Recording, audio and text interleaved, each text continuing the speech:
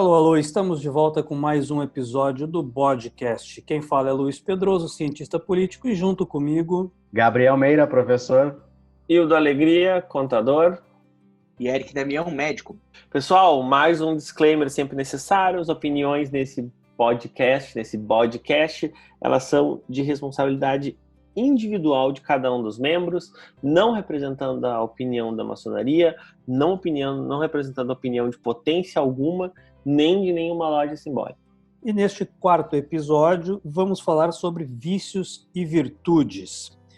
Quintiliano, um orador e professor romano, falava: além disso, certa proximidade entre vícios e virtudes. Por isso, se confunde o maligno com o espontâneo, o temerário com o corajoso, o prolixo com o copioso. Eric, como que a gente pode levar isso ou essa discussão de vícios e virtudes para dentro da maçonaria?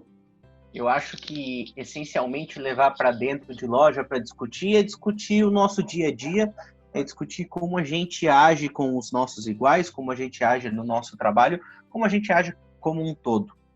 Certa feita eu lembro de ver um trabalho do Mano Gabriel, que está aí com a gente, em que ele muito produtivamente conversou com a gente sobre vícios e virtudes e o quanto, na verdade, isso pode ou não ser quantificado, né? O quanto a gente pode deslizar na barra de menos e mais e o quanto isso vai nos levar para, dependendo do tipo de característica, se tornar vício ou virtude.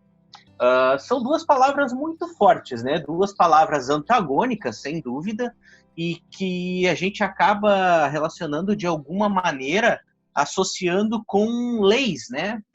Do meu ponto de vista, acho que a gente consegue enxergar muito bem se a gente comparar com leis, comparar o que é certo e errado. E, é claro, nesse sentido, a conotação de vício vai trazer uma imagem negativa, uma imagem de dificuldade de se livrar de algo, enquanto de virtude algo que seja mais pacífico, mais louvável. Mano Gabriel, eu sei que tu é o cara para falar para a gente o quanto a quantificação pode levar ao vício ou virtude. Bom dia. Eu acho antes importante comentar que o vício não necessariamente seja um vício físico, né? Como fumar, beber, enfim. Nós temos também outros tipos de vício. E Aristóteles já falava sobre isso, né? Ele falava sobre a justa medida. E que essa justa medida não necessariamente, como o Mano Eric falou, seja exatamente o meio termo entre um vício e uma virtude, né?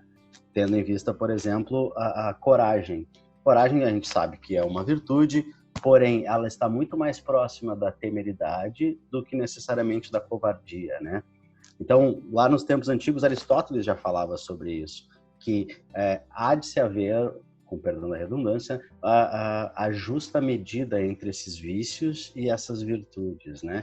Que qualquer coisa em falta ou em excesso pode se tornar um vício. Então, mesmo uma virtude em excesso acaba por tornar-se um vício, como é o caso da temeridade, por exemplo.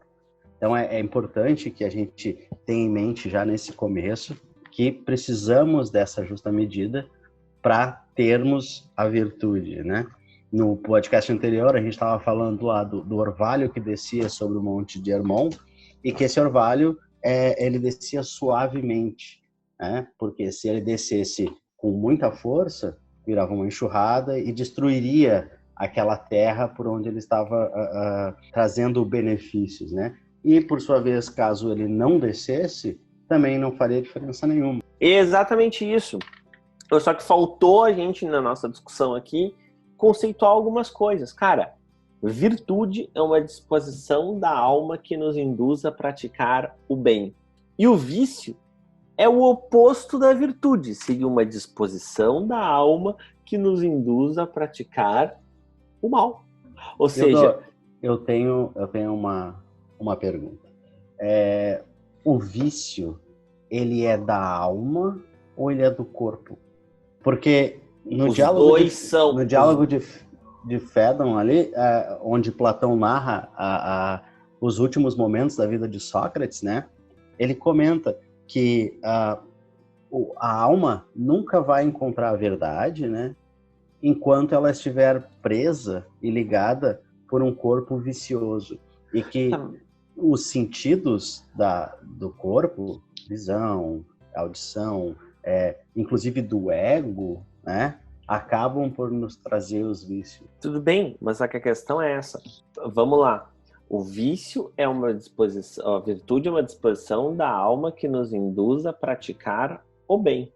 Perceba que tem duas palavrinhas-chave que o pessoal não atenta muito, que é induz, ou seja, ele não faz, ele não é o responsável, ele te induz, tá? E prática. Cara, prática é o hábito de tu repetir algumas coisas N vezes. O Eric, ele é médico. Dentro da medicina, ele tem técnicas que ele já praticou N vezes. Tu é professor, tem técnicas pedagógicas que tu já praticou N vezes. Eu sou contador, o Luiz é internacionalista. Mas a questão é essa.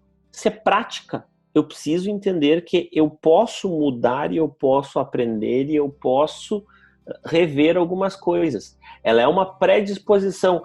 Percebam que essa definição, e eu já vou chegar em Aristóteles e Platão, porque eles foram reinterpretados por Santo Agostinho e São Tomás de Aquino. Então, a discussão necessariamente ela vai ter que cair aqui, em Platão e Sócrates.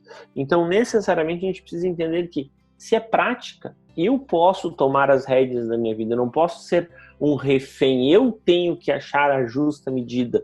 Se eu não me engano, Dionísio disse que o vício é o excesso daquilo que é bom. Se é bom, eu preciso de uma justa medida, senão passa a ser vício. Essa é a dualidade, ou seja, em que momento o branco vira preto, o que momento eu rompo essa fronteira de vício e virtude. Mas eu acho que a primeira coisa é a gente definir o que é um e o que é o outro. Perfeito, perfeito. E na minha fala anterior ali, eu comentei, né, que mesmo uma virtude em excesso, ela acaba por tornar-se um vício, né? Foi o caso da coragem que eu comentei. Mas passo a pergunta agora de novo para o Mano Luiz. Mano Luiz, quais são hoje, na tua visão, os vícios da sociedade em que nós estamos? Eu acho que um dos principais vícios que podem ser identificados hoje é uma forte necessidade de categorizarmos as coisas. Isso tem se tornado um vício recorrente do ser humano. Essa categorização, ela pode pregar peças. Então, assim, eu fiquei me questionando enquanto eu ouvi o Hildo falar, qual é a fronteira? Existe uma fronteira clara entre o vício e a virtude? Qual é essa justa medida?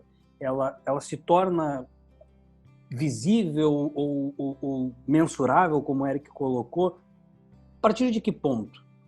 Sendo que cada um traz um background de experiência, de vivência diferente. E os valores também são diferentes. Eles são construídos ao longo do tempo. Como que a gente consegue identificar o que para ti é um vício e para mim é uma virtude? Mas eu consigo hoje identificar, Gabriel, que um dos vícios atuais é essa necessidade de categorizar tudo.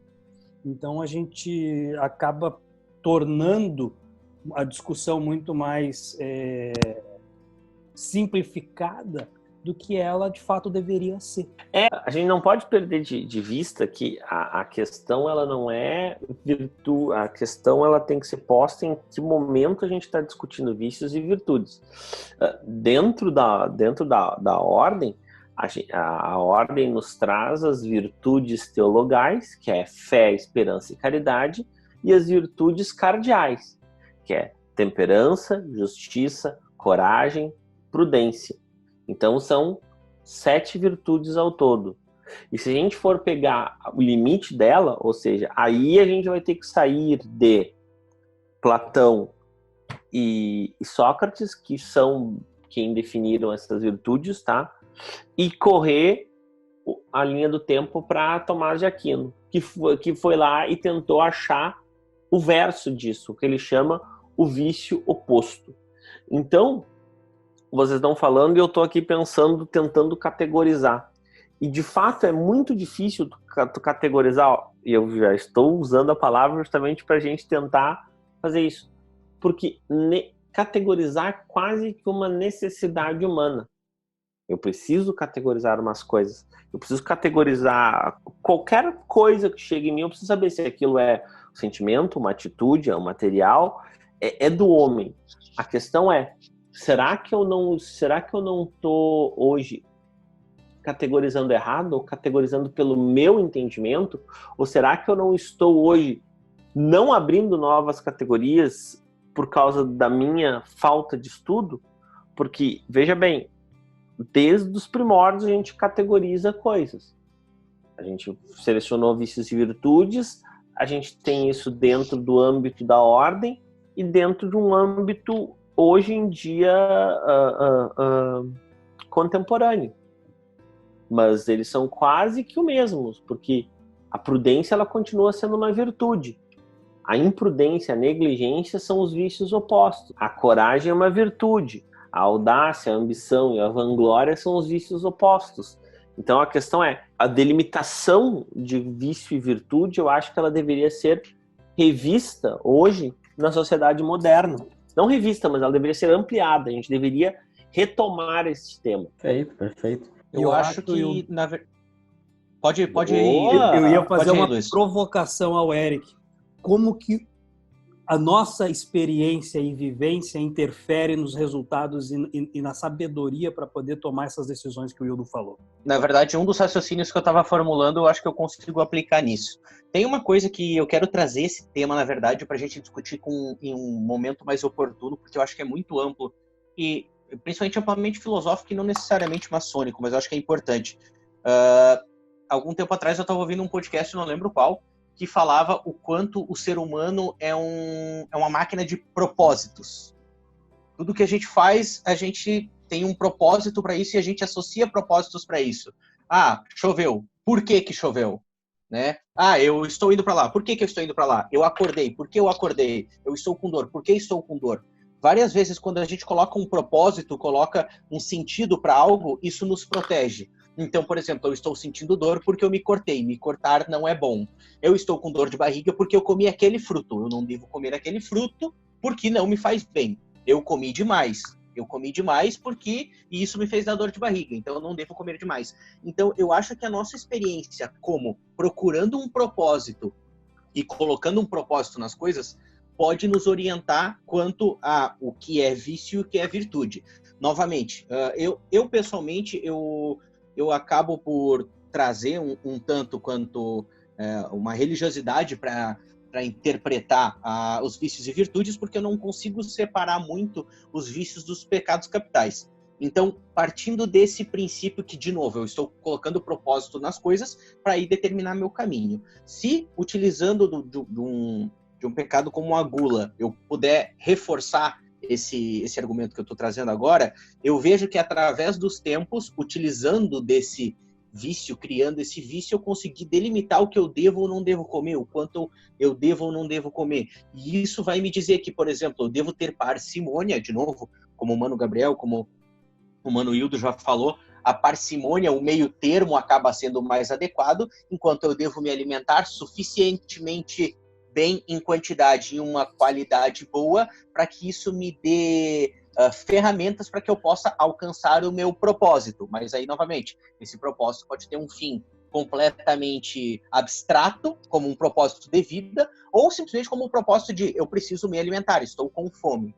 Então, do meu ponto de vista, existe toda uma questão evolutiva que a gente pode discutir o quanto algo é vício e algo é virtude. A gente pode ir por um lado mais, novamente, como eu falei, religioso, trazendo como uma lei divina e aí castigando ou então vangloriando. Mas a gente pode também entrar em algo mais mundano e algo mais discutível no sentido de realmente discutir o quanto aquilo tem validade para cada um dos povos. A gente pode, por exemplo, dizer que pode ser um vício ou virtude a maneira com que, de novo, como já foi falado, interpretamos as ações das outras pessoas e, por exemplo, ver o quanto a gente tolera a maneira com que certos povos lidam com as diferenças de sexo. Novamente, agora ainda até um pouquinho longe, assim, mas só para poder fechar o raciocínio. Existe muito uma questão assim do quanto que o homem respeita ou não a mulher. Porque o que acontece? Para as culturas mais tradicionais do que a gente conhece, a agressão a uma mulher é uma coisa completamente condenável. Mas, no entanto, para algumas outras culturas, isso faz parte de ser homem, inclusive. Você, muitas vezes, castigar a mulher por algo que ela fez de errado faz parte da sua cultura, como é em alguns povos africanos, alguns povos aborígenes australianos e alguns povos do Oriente Médio. Então, de novo, assim, tudo vai muito da interpretação que você tem da real situação que você está, em que situação geográfica você está, em que situação cultural você está, mas, de novo, ao mesmo tempo, tudo vai de que propósito estou dando para aquilo e vai chegar novamente naquela questão. Nessa barra de deslizar, como uma barra de volume, você não quer estar nem com o volume máximo e nem com o volume mínimo. Você vai achar um meio termo ideal. Perfeito, perfeito. Deixa eu só fazer um adendo aqui, por favor. O filósofo Karl Popper, né, ele já falava sobre a tolerância e até que ponto tolerar o intolerável, né? E ele paradoxo de Popper. Paradoxo de Popper, exatamente. E ele fala assim, que a tolerância ilimitada leva ao desaparecimento da tolerância. E eu queria ouvir dos irmãos qual é a opinião deles sobre esse paradoxo, né? Até quando, ou qual é o ponto, ou qual é a justa medida para tolerar, né, o intolerável, vamos dizer assim. Porque quem vai falar vai ser o Mano Hildo, e se ele não falar nada de moral, a gente vai se ver. Perfeito. Eu tô só esperando ele falar. Mas cara, olha só, eu não... Isso que tu fez, Merinha, é uma baita sacanagem, tá? Bola nas costas, bola nas costas. O tema do negócio era vício e virtude. Não tem tolerância. Mas olha só, a linha tênue, tá? É o autocontrole. A habilidade do autocontrole é definida por Platão. Em qual virtude? A temperança. Quando eu perco o autocontrole, quando eu perco esse tipo de estribeira, eu rompo o tolerável e parto para a intolerância com os intolerantes. A questão é, o que me faz perder esse autocontrole? Em que momento eu deixo a razoabilidade de lado e parto para um extermínio de ideias, no momento eu deixo de conviver com o diferente e passo a não tolerar, ou passo a excluir, ou passo a sair, ou passo a deixar o intolerante falando sozinho. No momento em que aquelas ideias me soam intolerante. Então, o meu background, quanto mais eu conseguir me formar, quanto mais eu conseguir me armar de ideias, quanto mais eu conseguir ter um cabedal ideológico dentro de mim, mais flexível, ou seja, mais facilidade eu vou ter com aquela ideia estapafúrdia do outro. E mais eu vou conseguir ter a habilidade do autocontrole. Eu confesso que eu me pego pensando muito sobre o paradoxo de Popper. Porque, assim, em que momento é que a gente vai ser intolerante com o intolerante? E como essa intolerância se daria? Então, para a gente não fugir muito, a questão é, a gente precisa entender que a intolerância, ela tem que vir, ela deve vir cheia de temperança. Por quê? Porque senão eu acabo desconstruindo todo aquele ideal da maçonaria. E eu só vou conseguir ter temperança com outras searas ideológicas, com outras searas sociais, no momento em que eu me educo, no momento em que eu burilo a minha moral, no momento em que eu entendo conceitos de justiça, no momento em que eu consigo entender isso como relação humana.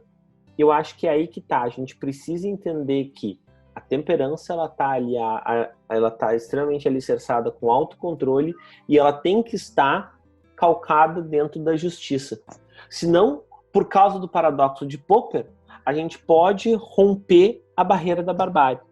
E não é isso que a gente pretende.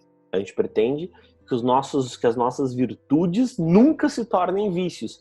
E eu não posso nunca romper esse paradoxo de Popper e usar e justificar ele dentro da minha barra de volume para que outra pessoa não escute no fone de ouvido dela a música que ela gosta em volume máximo. Deixa eu aproveitar essa história de mandar a bola nas costas. Porra, eu me sinto num açude, só tem traíra. Só tem traíra nesse açude aqui. Vou pescar aqui. Bom, pessoal, depois dessa virou explicação... o Traíra Cast. Depois dessa explicação sobre tolerância, a gente encerra por aqui. Foi um prazer. Deixa eu aproveitar, porque, inclusive, vendo essas medidas do quanto vícios se tornam virtudes e levando em conta que o virtuoso é aquele que pratica a virtude, ou seja, né, que louva a virtude e que tenta levar uma vida baseada nessas virtudes. Mano Luiz, é viciante ser virtuoso? Não era pro Hildo essa pergunta? Meu Deus. Não. Eu quero ouvir de ti. O que tu acha? Eu acho que sim. Porque quanto mais a gente é virtuoso, mais prazer a gente sente e a gente vê os outros também sentindo. E tá, isso... então para aí. Depois termina e não te mete depois, Eric, que eu tenho uma para ti. Tá, mas eu gostaria de eu acho não isso, te mete aí. Eu acho que isso de você sentir o prazer em ser virtuoso e ver outros sentindo prazer nas tuas virtudes é viciante. Eu acho que sim. E a execução da virtude por ego, ainda mais em tempos de Facebook. Era isso que eu ia falar. Ainda mais em tempos de Instagram, em tempos de cada um tem uma rede de TV no bolso, é só ligar o telefone e fazer uma live. Até que ponto o ego corrompe a virtude, seu Eric? Então, do meu ponto de vista, mano, eu fiquei pensando muito nisso e meio que até quase travei, assim, ontem, porque eu não sei, foi uma pergunta meio armadilha, assim, que eu mandei pro Mano Luiz, porque eu acho que tem muitas formas de interpretar ela, e uma das formas de interpretar é que eu acho que não pode ser viciante ser virtuoso, porque ser virtuoso é árduo, é muito árduo, é difícil. Eu acho que é muito trabalhoso você o tempo todo ficar vendo o quanto você está trazendo bem, está buscando bem, uma vez que essa é a definição total da palavra. Eu concordo plenamente com o Mano Luiz, que realmente eu acho que quando você exercita algo e inspira alguém, é algo muito benéfico, que te faz querer mais daquilo, mas ao mesmo tempo, isso eu não sei o quanto não vai da gente deixar de se deixar levar, por assim se dizer. Ou seja, como o Manuído tinha falado antes, isso inspira fazer o bem. Ou seja, é algo que vai te dizer que você tem que seguir fazendo bem, mas diferente do vício que te corrompe a ficar sempre na mesma situação e que muitas vezes te faz deixar de ver as coisas como devem ser vistas. Eu acho que a virtude ela tem que ser sempre praticada, ou seja, ela tem que ser exercitada, e como qualquer bom exercício, nenhum exercício vai ser fácil, ele vai ser árduo. Então, eu concordo plenamente que fazer o bem é muito bom, mas a partir do momento que isso se torna automático, a partir do momento que a minha doação para o Criança Esperança não vai impactar em nada o meu orçamento, o quanto vale a minha doação? O que eu realmente estou doando? O que eu estou buscando fazer? Por que eu estou fazendo uma live de 5 horas cantando as minhas músicas, arrecadando dinheiro, mas na verdade promovendo o meu trabalho? Então, eu acho que a gente está num momento que a gente vive em que a gente precisa sim de solidariedade, mas que o quanto isso é caridade e o quanto é massagem de ego é uma linha muito, muito tênue. E, do meu ponto de vista, não é solidariedade de verdade, não é caridade de verdade se não te faz, de alguma maneira, passar por alguma dificuldade. Você tem que sentir aquilo tem que ser difícil para ti para ter validade para alguém, do meu ponto de vista.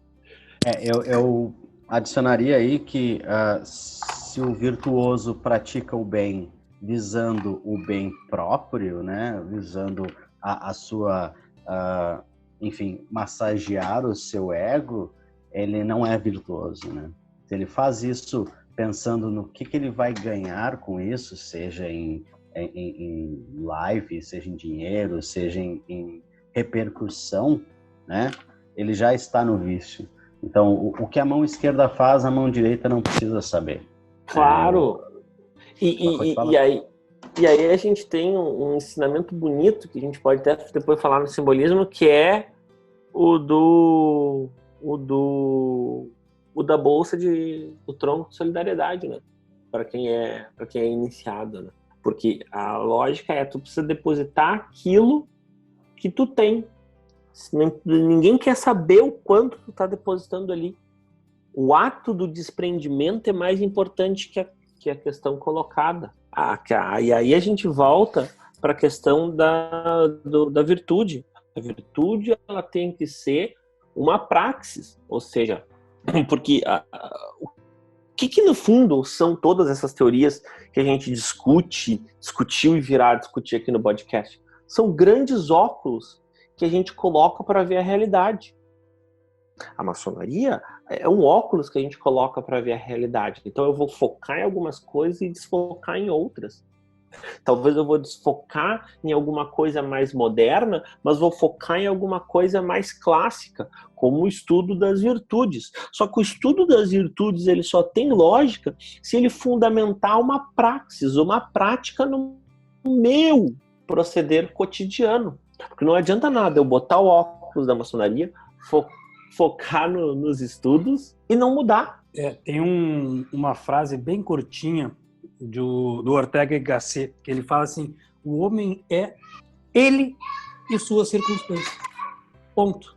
Eu queria trazer uma coisa que eu estava pensando também ontem, né, a definição de vício e virtude, mas também o que nós fazemos com os vícios e com as virtudes dentro da loja é uma coisa muito intimista, né, é algo para os iniciados. Mas, assim, falando indiretamente, vou perguntar para o Mano Gabriel. Mano Gabriel, tu acha que, ultimamente, o que a gente tem feito com esses vícios é sepultamento ou ocultação de cadáver? Cara, eu acho que Estão todo gracioso hoje, hein? Estão cheio das bolas nas costas. Eu acho que é ocultação de cadáver, cara. Eu acho, assim, que em loja nós recebemos as ferramentas necessárias para que a gente possa, então, como o Mano Luiz estava falando, trazer para a nossa realidade, né, as circunstâncias que nos cercam. Então, eu acho que quando a gente vai à loja, quando a gente aprende sobre isso, quando a gente aprende como trabalhar com isso, quando a gente aprende sobre a justa medida, quando a gente começa a procurar em outros lugares, eu acho que é dever nosso, como cidadãos, como maçons, como pessoas, né? Trabalhar em prol da nossa sociedade, que nós sejamos exemplos para aquelas pessoas que ainda não conseguiram chegar a esse entendimento. E eu acho que, de repente, por nós ainda estarmos em trabalho de lapidação, né, de trabalhar em cima desses nossos vícios, a gente acaba nos tornando viciosos e adquirindo novos vícios que a gente acaba levando para dentro da ordem, né? É mais ou menos o que eu penso também, mais ou menos o que eu queria ouvir. Acho que a questão do que a gente está fazendo dentro da ordem, ela é de cada um, cara. Eu acho que assim, a ordem ela é tão plural que ela é de cada um. Ou seja, tem pessoas que eu tenho certeza que estão fazendo desse estudo uma prática, uma praxis. Tem pessoas que só estão indo. A ordem é o extrato da sociedade. O que a gente precisa fazer é dar suporte para que aquele cara que só esteja indo, quando ele quiser e quando ele sentir a necessidade, ele ter material. E para aquele cara que já está estudando, mostrar para ele que o impacto das ações dele é muito maior do que qualquer trabalho. Então, na verdade, o que a gente precisa é fortalecer o cara que está estudando, o cara que está, como disse o Eric, enterrando o corpo e não ocultando o cadáver. Ou seja, eu preciso trabalhar no impacto das ações. E acho que tem um pouco de relação com o estudo da ciência política. O Maquiavel, ele traz isso quando ele fala vícios e virtudes, eles não são valores absolutos, eles são valores relativos. E isso difere conforme os objetivos ao que ele coloca na sua obra do príncipe. Então, assim, a gente tem um contexto de liberdade que permite você transformar vícios em virtudes e virtudes em vícios. E dentro da ordem, com as ferramentas que nós recebemos, nós temos as condições de transformar vícios em virtudes e temos que ter o cuidado para não transformar virtudes em vícios, como a questão de fazer bem o tempo inteiro é viciante. Bom, acredito que sim, mas tem que ter um cuidado. É viciante se tu deixa isso atingir o teu ego, né? Eu acho que a abnegação para fazer o bem por ser bem e não por mérito, acho que isso acaba por não te trazer esse vício. Mas lembrando também, né, que somos todos seres humanos e seria enlouquecedor da nossa parte, queremos ser virtuosos o tempo inteiro. Acho que essa gangorra vai sempre ficar alternando entre vícios e virtudes, e aí, como o Manuel falou, nós temos que ter a tolerância, nós temos que praticar a nossa tolerância, a justa medida, né? E a parcimônia dos nossos atos. Eu acho que a discussão foi profícua, eu acho que cumpriu a ideia de a gente explanar um pouco disso, mas, novamente, como qualquer outra coisa do podcast, o que a gente espera é que quem escute também vá atrás, tire suas próprias conclusões, que isso seja muito mais uma maneira de instigar do que propriamente ditar qualquer coisa. E eu gostaria de deixar uma sugestão de um filme para o pessoal que está ouvindo o podcast, que é um filme que ele tem uma série de significados diferentes, é um filme um tanto quanto polêmico, porque, novamente, ele é um filme para ser interpretado e não simplesmente para ser assistido, injetado dentro da cabeça. É o filme O Poço, que está disponível na Netflix. Mas é um filme reflexivo, é um filme que faz pensar muito, principalmente em vícios da nossa sociedade, mas que realmente tem toda uma interpretação que pode ser feita e que eu acho que é pertinente para esse assunto em que a gente discute várias falhas do ser humano. Eu vou aproveitar o gancho aqui e vou fazer um comentário, fica também a dica se quiserem assistir. É um anime, um pouquinho de cultura pop agora, né? Chama Fate Zero. Tá? Basicamente é assim, são magos que invocam grandes figuras do passado em busca do Santo Graal que vai conceder a eles um desejo. E nessa série, nesse anime, eles têm dois lados opostos, obviamente só um vai ganhar, então eventualmente os amigos vão lutar contra os amigos e depois de terem lutado contra os inimigos, mas fica muito claro nesse anime que não existe um ser humano que seja só mal ou só bem. Todos eles têm essas intenções ali, todos eles têm essa gangorra entre os seus vícios e as suas virtudes, e todo mundo tem um motivo para estar em busca do Graal ou para realizar os desejos. Alguns por ego, outros por amor, outros, enfim. Fica a dica aí, chama Fate Zero, tá no Netflix. Não, mas eu acho assim, quem quer tocar esse estudo mais para frente, é indispensável dar uma lida em Platão, dar uma lida em Sócrates e dar uma lida na Suma Teológica de Santo Agostinho e Suma Teológica de São Tomás de Aquino e Confissões de Santo Agostinho. Já vou, meu filho já chamando aqui meu reloginho para brincar. Mas é fundamental essas leituras, por quê? Porque tu consegue ver a origem do estudo de vícios e virtudes filosófica e como elas foram incorporadas dentro da igreja através de São Tomás de Aquino e Santo Agostinho. A Suma Teológica, que é um livro que para mim é muito bom, para quem é mais racional, porque ele não li todo, obviamente, mas ele é por perguntas e respostas. E o outro é Confissões de de Santo Agostinho, onde ele faz uma biografia, então ele tem toda a descoberta de Aristóteles, de como é que ele faz isso, como é que ele trabalha. Vale muito a pena, são esses livrinhos que eu gostaria de deixar indicados para os nossos bode ouvintes. Queridos irmãos, muito obrigado mais uma vez pela excelente discussão. Eu acredito que falo em nome de todos os ouvintes. Fala. E aos ouvintes, as indicações estarão todas na descrição do 4º episódio. E aqui deixo um grande abraço a todos, nos despedindo então. Um abraço e até o próximo episódio. Até! Feito, até mais. Abraço, tchau, tchau.